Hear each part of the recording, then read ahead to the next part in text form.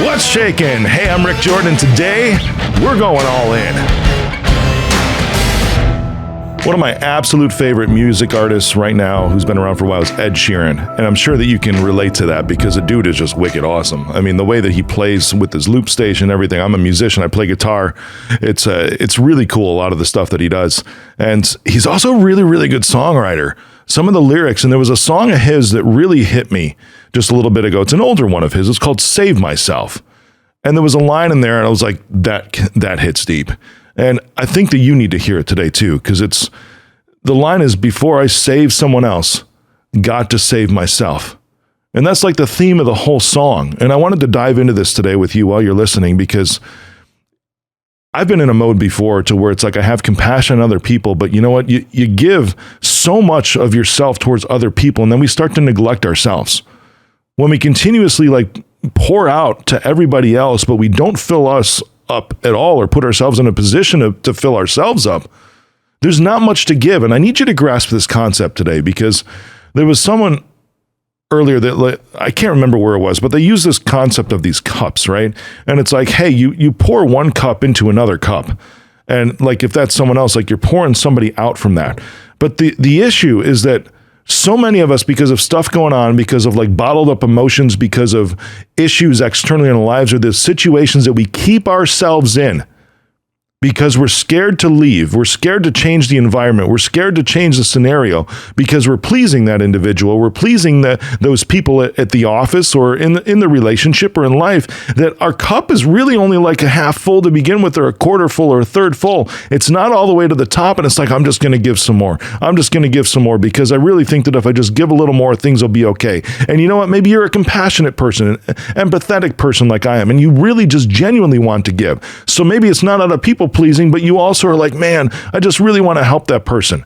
But maybe in that moment of your life, you're starting to take a look around and you're like, I don't have much energy. I don't have much going on right now because of the things that I have to deal with. Maybe work is stressful. Maybe a relationship is breaking. Maybe just my own heart. There's something that I'm regretting that I didn't do 10 years ago. And it's really hitting me that I missed an opportunity, and now I really want to go after it, but I don't know what to do. And it's going to require a lot of work, but I have all these other responsibilities and people that I feel obligated to.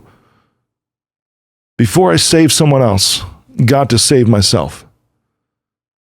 I want you to grab onto that today, because that, going back to that cup concept, the only way that you can, in health, give to other people is out of an abundance in your own life. I want that to sink in. Because that cup, it needs to be your cup. It needs to be overflowing to where you're consistently feeding yourself, because that's saving yourself. Is consistently feeding yourself. You are saving yourself from your own disrespect. You are saving yourself from being burnt out by continuously filling your own cup. And when you go above and beyond out of your own abundance, when that cup is overflowing, that's when you can stack like 5, 8, 27 cups around it with other people that can literally just like live off of your overflow, off of your abundance, because you know what? You can't fit any more into that cup. Imagine that right now. Close your eyes and think about like a clear water glass that just continuously has a faucet running into it to where this thing can't hold anymore. And what happens when it can't hold anymore? When it's filled to its own fill level, it spills out all around.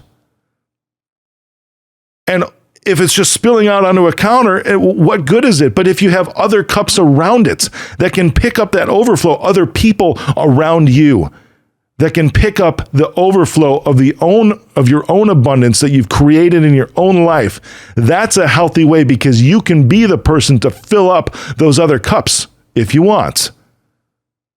But if you don't have that faucet on of continuously filling yourself up, of continuously bringing your own resources, of continuously not looking at the lack with the faucet off, but continuously finding ways to keep that faucet turned on and just focusing on what is coming in, your cup will continue to overflow, and you can fill up the cups of people around you.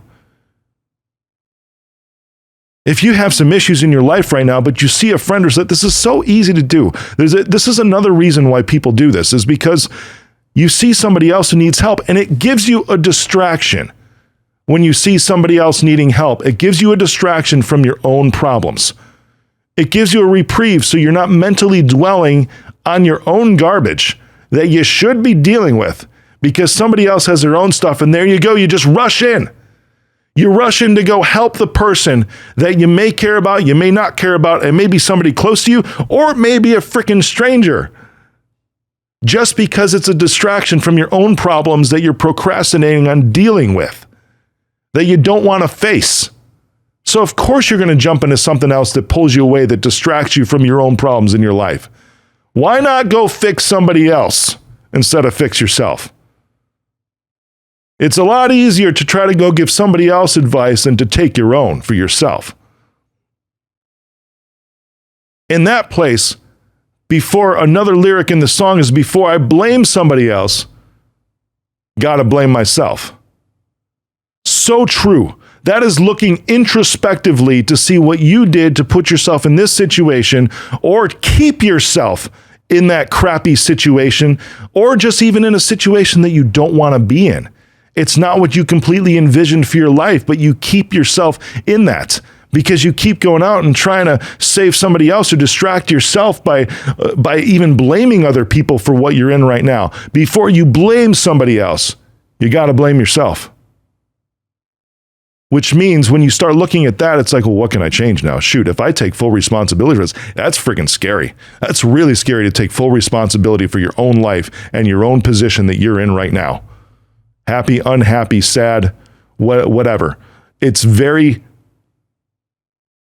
tough and it's very commendable to take that position in your life before where you're saying, you know what? I got myself into this.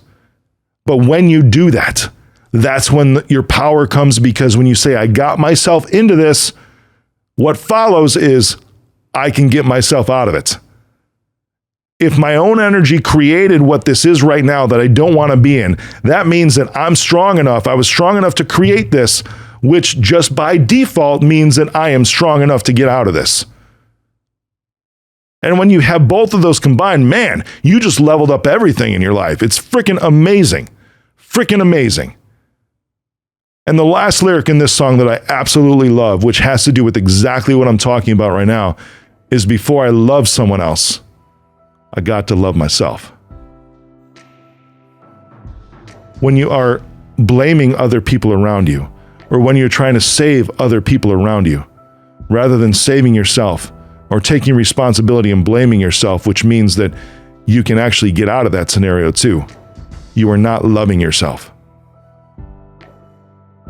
You're starting to put your love out to everybody else because you might not think that you're actually worthy of even saving yourself or worthy of having something better. Because this is like regret. This is a scenario to where you're just wallowing in your own self-pity. And I know that sounds harsh, but it is what it is.